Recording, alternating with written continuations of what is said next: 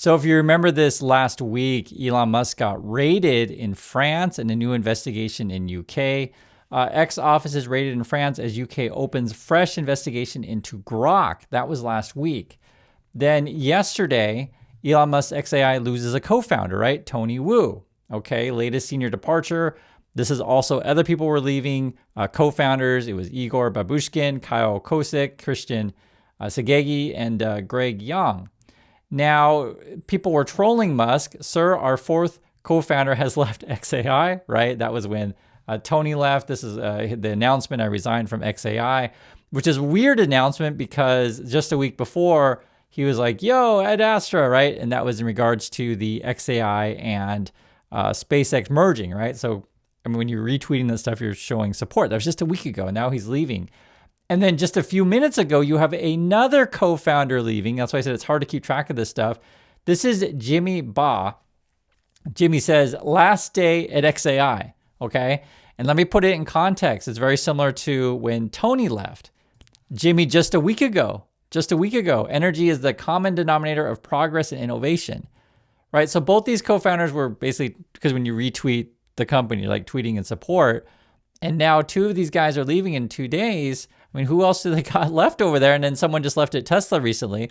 What does Jimmy have to say? He says, XAI's mission is push humanity up the Kardashev tech tree, okay? Grateful to have helped co-found at the start, and enormous thanks to Elon Musk for bringing us together on this incredible journey. So proud of what the XAI team has done, right? So why are you leaving? And we'll continue to stay close as a friend of the team. Thank you all for the grind together.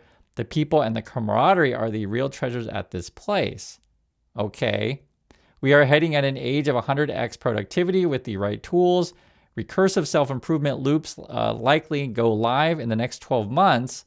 It's time to recalibrate my gradient on the big picture. 2026 is going to be insane and likely the busiest and most consequential year for the future of our species. Okay, so he writes this like weird kind of Elon language kind of stuff, right? Likely the busiest and most consequential year for the future of our species, and how this year is like really important, and yet you're leaving XAI, even though despite praise of Elon Musk. Now, someone brought up in our community, which I think is probably true, that a lot of these people may be under some sort of NDA. And you've heard this at other of Elon's companies, so you know, we may not necessarily hear the full story of what's going on. We do have some inside accounts, which I want to go over in a moment here, because this was actually from the Financial Times today. And I guess they've got a couple insiders that are telling you what's up. So that's what I want to look at with you. It says co-founders of Elon Musk XAI join Exodus. People are leaving from startups tech team. Okay.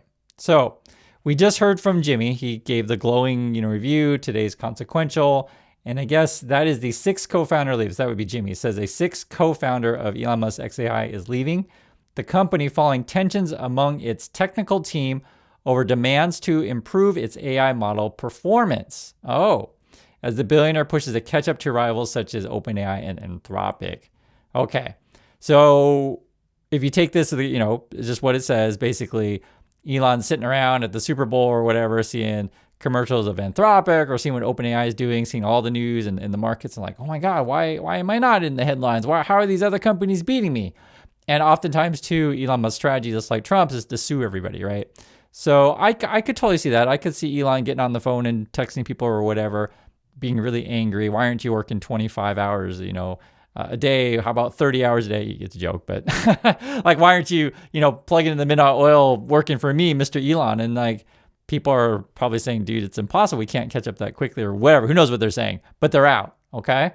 And it says here, Jimmy Bai, because these people are important. I guess Tony and Jimmy are really important. Jimmy Bai, who has led research, safety, and enterprise efforts for Musk AI startup, confirmed his departure. Okay.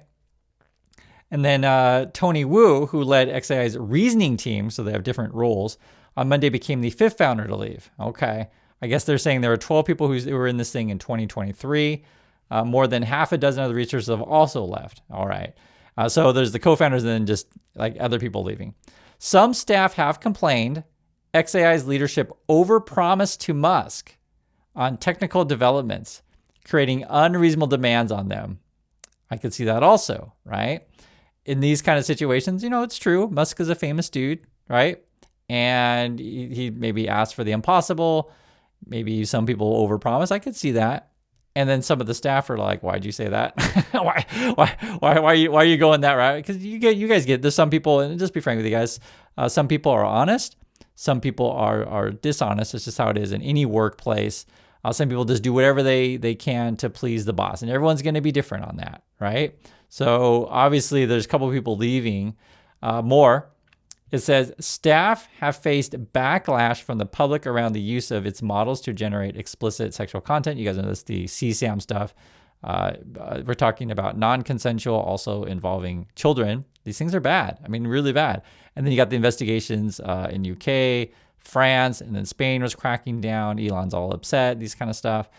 Macro hard, and it's a play against Microsoft. So macro hard, that's Elon's, effectively 12-year-old boy humor. I guess this is behind, I said. Macro hard, XAI's agents and coding project in particular has fallen short of Musk's expectations. The system competes with powerful tools such as OpenAI's Codex and Anthropic's Claude Code. Yeah, so I mean, when you go through this stuff, you realize this is what it's about. I mean, Musk knows that they're behind, right? I think we all know. It's not hard to figure out.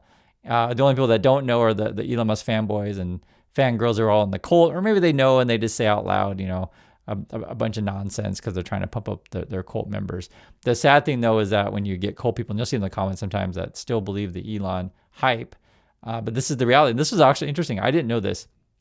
So it says here, the company's slate of AI companions, and I think he might have multiple of these. I know Annie's one of them here, such as the anime character Annie, which can engage in erotic conversations with users. That's what Musk promotes on his platform, have also not delivered the engagement Musk expected. So I didn't know that. That's the first time I'm hearing this. So at least someone from the inside says basically people aren't using Elon's chatbots as much as he'd like, right? I guess people aren't doing enough cyber over there for him. For real. Musk has set lofty ambitions for macro hard. Quote, I'd be surprised if by the end of this year, the digital human emulation has not been solved. That's according to Elon. He says a bunch of crap like this. Here's another quote.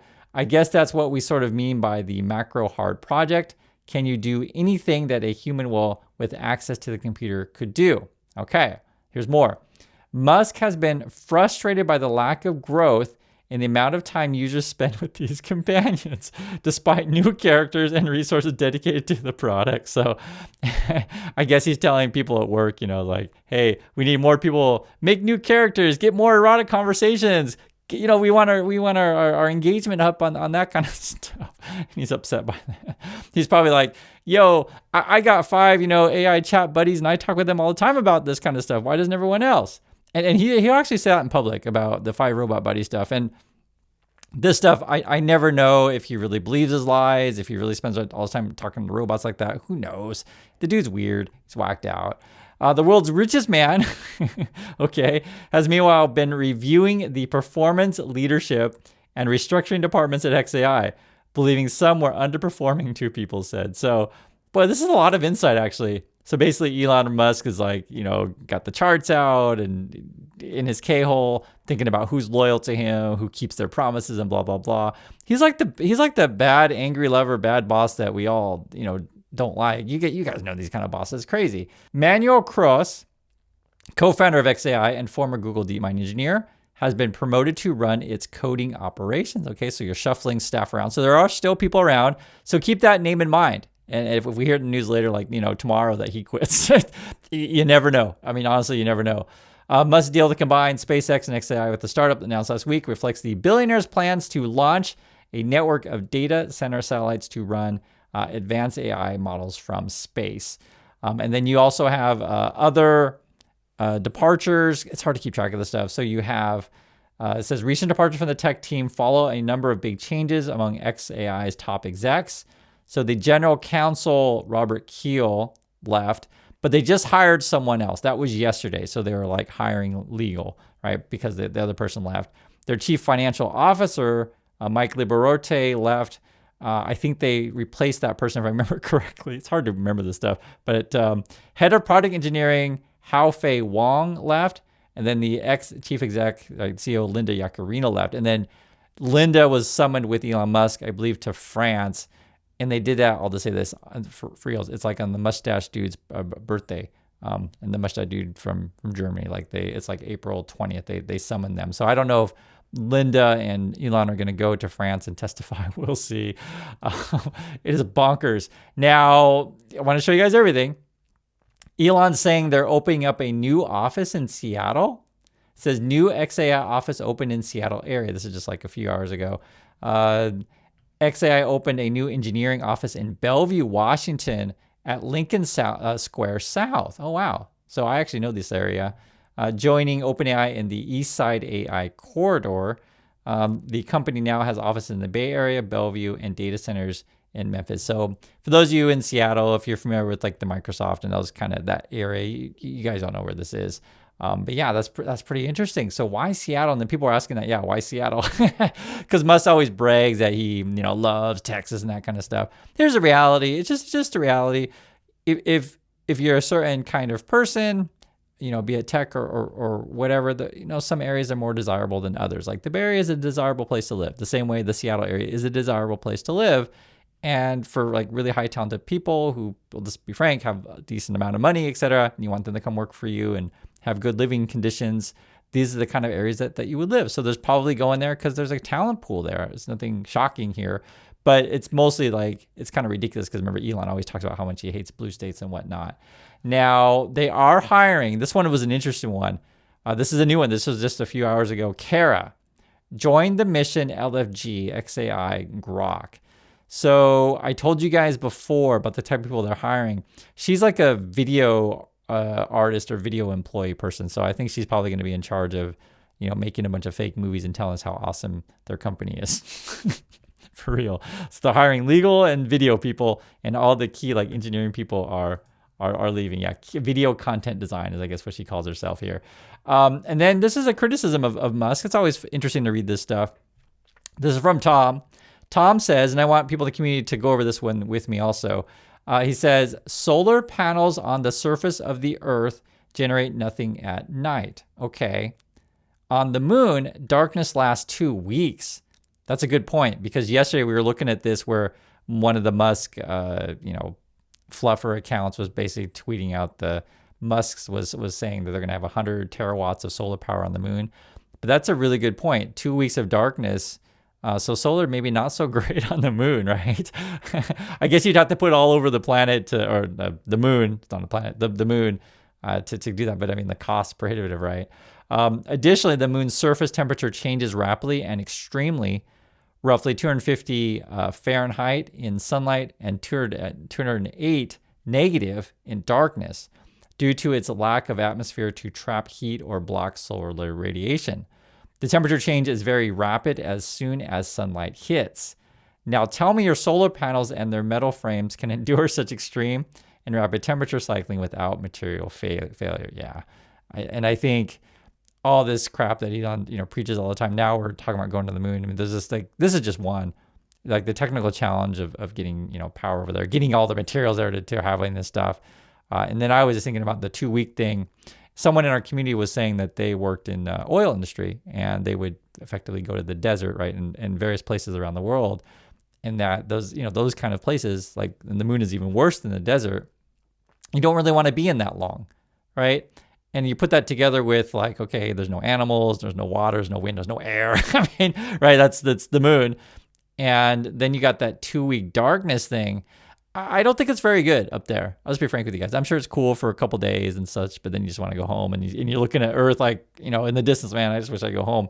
And I've heard astronauts say that before, to where I guess the moon is like, I think the phrase would be like lonely or isolated, these kind of things. And yeah, and they'll say how beautiful the Earth is. I think psychologically it'd be tough for people to be up there. Maybe weirdos like Musk will go hang out with his robots and talk to his chatbots and have erotic conversations. Who knows? But, not for long. The thing is, though, the people who support Musk are going to be like this guy here. Take a look at this. We are living in the future right now. Right now, Cloud Code is updating my entire Vergola design and homepage on my MacBook right here.